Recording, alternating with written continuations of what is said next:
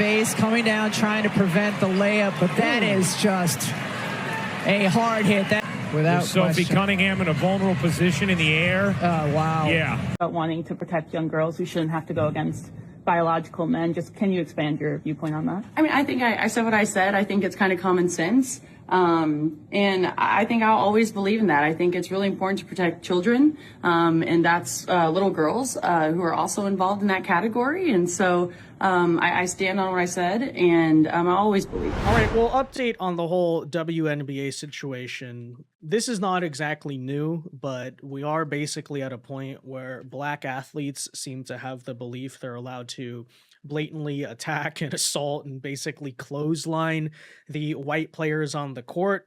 And at the point by which rules are enforced and that gets called out for being a flagrant foul, I kid you not, we now have said black athletes claiming that it's racist and white privilege that the rules of the game actually apply to them. And the reason we're bringing that up is because today, Sophie Cunningham, who is, of course, the player so controversial and so famously known for basically doing two things. First of all, she said that men should not be playing in the WNBA. I know, what a radical, crazy, extreme take. We covered that whole situation yesterday. Of course, she also is known for that viral clip where you have some ghetto ratchet idiot just screaming and losing her mind at her on the other side. All she does is sit there and point, basically saying, I'm not going to stoop to your level. We're all just laughing at you. Look at you making a fool out of yourself. And that, triggered the meltdown to intensify by about 1,000 times. But to make a long story short, tonight her team is playing and you have this girl by the name of Dijonai, I guess. What's her name here? Dijonai Carrington. Just literally tries to decapitate Sophie Cunningham, the white girl who doesn't believe that transgender should be playing in the sport, gets ejected from the game, and then literally cries racism. But it actually gets worse because you even have her own coach, Sophie Cunningham's own coach of the Indiana Fever, basically defending the black girl in this situation, refusing to stick up for her. We also see sports media defending the flagrant foul, basically saying that Sophie Cunningham deserved it. I kid you not. She deserved it. She deserved it for saying what? That they don't want men completely destroying them in the league. She deserved it for what? Getting into it with other players. She didn't get into it. That's the whole point. All she's done is basically sit there and say, I'm above this. I'm not getting involved when you have ghetto idiots on other sides trying to start fights with her on the court. But, when you really break it down, if we're being honest, Sophie Cunningham is not the only target of this, but it's just blatant, let's be honest, anti-white sentiment. And I think that's what underlies a lot of it, because there was a whole period when the same thing was happening to Caitlin Clark, unanimously at the hands of black players. And there just seems to be that belief that apparently, white people are not allowed to play basketball or something like that. And hey, if they're going to play, let's not show that we're better than them at the game. Let's, basically just clothesline them and give them, stone cold stunners and tombstone pile drivers in the middle of the court. But still, we'll talk about this whole situation, guys, in today's video. First, though, do us a favor. If you enjoy our content, make sure you hit that like button down below. Subscribe to the channel if you are new. That is the best way to support our work, and it also ensures that you can stay up to date with all of the latest news and coverage. And that said, we did show you in the opening clip, basically the play here that went down, but let's break it down in slow motion. Okay, so here I have Sophie Cunningham about to go for a layup. This black girl in the blonde wig, cultural appropriation, by the way. But she basically comes in here and you can see really not even making that much of a play for the ball at all. And then, wraps her arm around and freaking throws Sophie Cunningham to the ground. And obviously, if you know anything about basketball, it shouldn't be much of a surprise that this was initially called as a flagrant foul upon review, by the way. So it's not like, oh, some biased ref doesn't know what he's doing. Upon review, that's when it got upgraded to a flagrant 2, and the player there got ejected. And, you would think that might be the end of it. But of course, there's a lot of speculation at the moment. Hey, was that intentional? Was she targeting Sophie Cunningham, or was it just an accident? To which I'd point out a couple of things. First and foremost, I don't know. You could make the argument, oh, she's making a layup. You're trying to play for the ball. It's hustle. But if you sort of look at the angle here, right, you can clearly tell that Cunningham has her beat. I don't know. I played high school basketball for a semester. I remember my coach telling me exactly this. Like, if someone has a clear lane to the layup and you know you're not going to be able to catch them from the front, right? You're behind them. You really don't have a way that's not going to foul them. You know, don't even bother taking that pursuit because it's just going to end badly. But, you know, if you want to make the argument, oh, here she's hustling or something like that, up to you. I don't know. But the thing is, I think by her actual response to this, right, what she said in public following it, it tells you basically what the underlying motive here was indeed that it was intentional. Because if it wasn't intentional, you might think that, you know, she might sit there and apologize or something like that, being sorry, I was playing the ball, I wasn't meant to do that. Instead, I kid you not, here she is putting out the following. This was her official response in all caps: white privilege, adding the Indiana fever on Instagram threads. So again, apparently when they go to review and the rules are enforced against you, you know, the rules of basketball, you're not supposed to do something like that. According to Dijonai, crazy race communist, race hustler, black WNBA player, when the same rules are enforced against her, that's white privilege, which, you know, thanks to Hassan Piker, we do still have, you know, some of the equipment from yesterday that he so kindly left us. So allow me here to do a demonstration of apparently the way the game of basketball is played in 2026. You know, you may think you know the traditional rules, but do understand those are all outdated relics of white supremacy. So allow me to show people, apparently, you know, if you're a non-white person, here is the proper doctrine for the game of basketball. See, growing up, many of you, like myself, were probably taught you want to play for the ball, right? So, you know, you hit the hand, you hit the head, the body, that's a foul.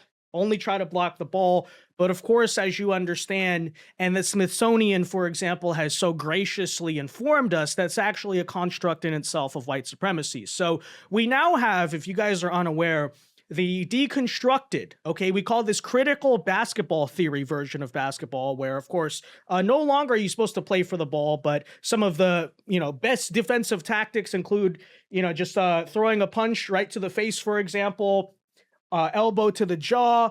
You know, you can give them the choke slam like this, right?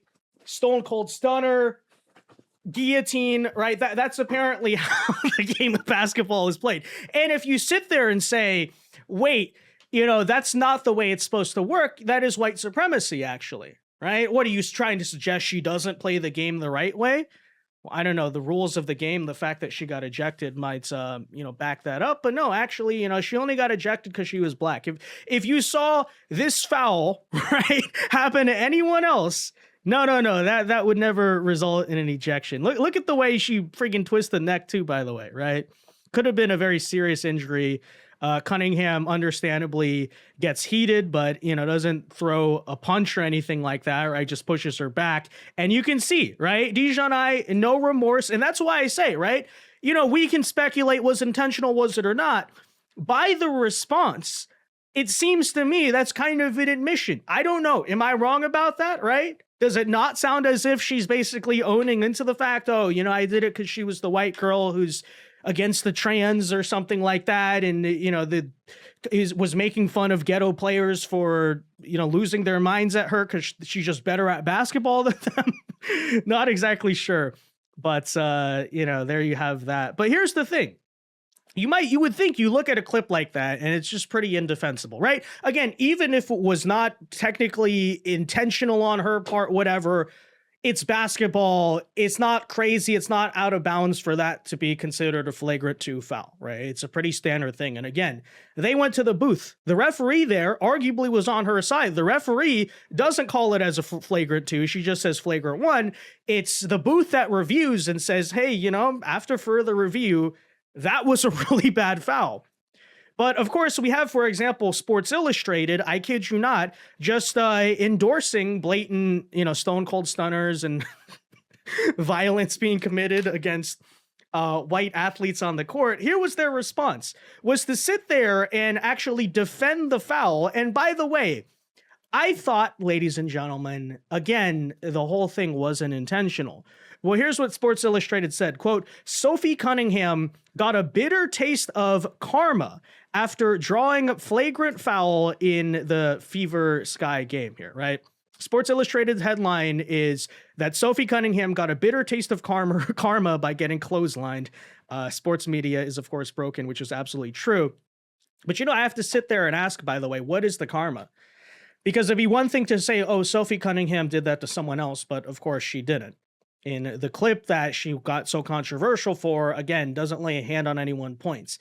So in other words, right, it's actually very similar to the social construct by which, for example, they justify the assassination of Charlie Kirk or something like that, which is basically because, you hurt the race communist feelings or you hurt the trans communist feelings. Therefore, it is karma for violence to be inflicted upon you. Now, I do not believe spiritually in the concept of karma, but, generally the way that is used connotatively is to sort of mean you reap what you sow, which is to say, hey, you do something to someone else, and that comes back to bite you, that's one thing. But the thing is here, where's the karma? She didn't do this to anyone else, right? The whole point is that, she spoke up for an issue that she's both passionate and correct about. Therefore, according to Sports Illustrated, she had it coming when, she just got blatantly clotheslined, borderline decapitated by the black athlete here who clearly, no remorse, no concern for her well-being, no apologetics, just straight up, right? I should have been allowed to do that. That was white privilege that was used against me. You can't make this stuff up, folks, right? Of course, even more pathetically here, though, we have the Indiana Fever coach. Yesterday we were sort of showing all these different WNBA coaches and players who were too scared to either take a stand on the trans athletes issue or just blatantly say, yes, we want men to come in, destroy our sport, take our spots, by the way, ruin our career. They were endorsing the whole trans athlete thing. Well, of course, Sophie Cunningham plays for, I guess, this team, the Indiana Fever.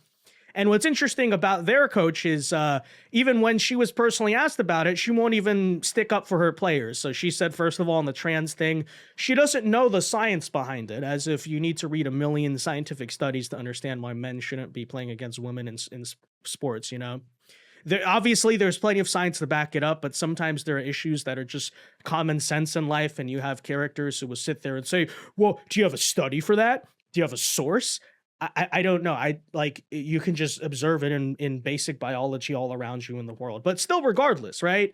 So you would think after looking at that, after watching that, the coach would stand up for Sophie, for her own player, right?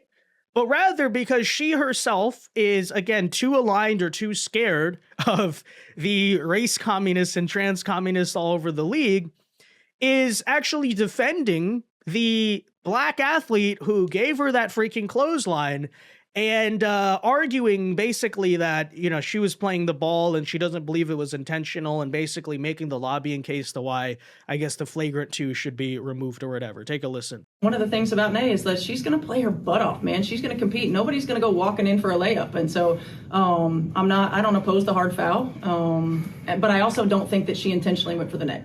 Hey, you're kicking me out for this? This is white privilege. I was just playing the ball.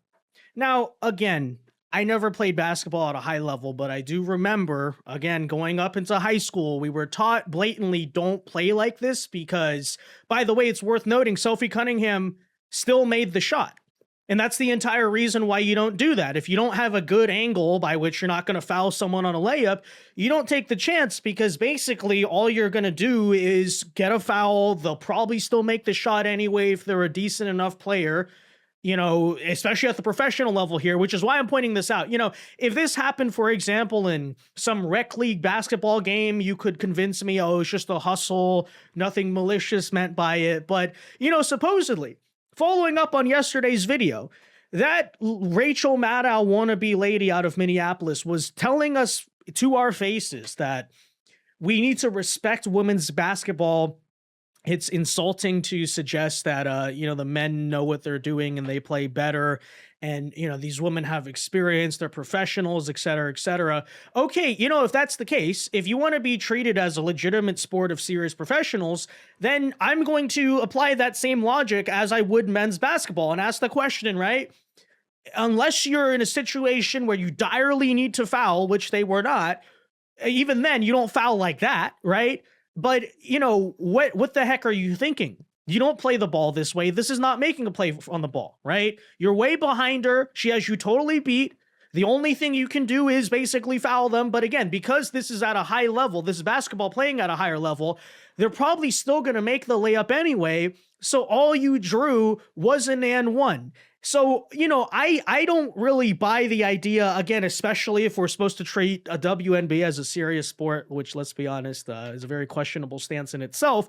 But still, if we're going to do that, then there's actually no excuse for it. And again, if you still don't want to believe that, okay, her blatant lack of remorse, her failure of accountability, it's white privilege because I can't clothesline and decapitate people on the court, I think that tells you everything you need to know. Feel free to draw your own conclusions, but, you know, we'll leave it there at that. It's a pretty concerning situation in America, frankly, as a whole, right? Way outside the WNBA where, you know, let's be honest, you see this on a pretty regular basis. We saw exactly with the Austin Metcalf trial as well. You know, there's a sizable portion, not all, but it's true. There's a sizable portion of Black America that basically believes that, you know, all white people have it coming. So any form of violence is acceptable against white people. And in the case where a Black person is held accountable, whether that's in the WNBA or in the criminal justice system for committing that act, you know, they must be the good guy. They must be innocent. And of course, there's no way that you can really live in a healthy, pluralistic, multiracial society with this mindset, right? I mean, if we're not going to have any concept of individual justice, whether that's in the criminal courts or on the court in basketball, right? Where, hey, you committed the foul, that's flagrant, right? Whatever. Then, you know, by nature, you would think that a system like this is going to fall apart. It's going to crumble on itself. But, you know, arguably that's the entire point. That's why the race communists sort of encourage and cultivate this mindset coming out of a portion of Black America, because, you know, their whole plan is not for society to all live in harmony or something. They're seeking violent race war, right? And that's basically the prevailing mentality that leads to, you know, situations like this one right here. So, you know, but again, apparently that's just my white supremacist construct of how basketball is supposed to be played, right? You know, CRT basketball, it's okay for Black people to, you know, just be pile driving people on the court. Okay, anyways, that said, guys, let me know your thoughts on this in the comment section down below. Be sure to leave a like on this video, subscribe to the channel if you are new, and until next time, God bless and peace.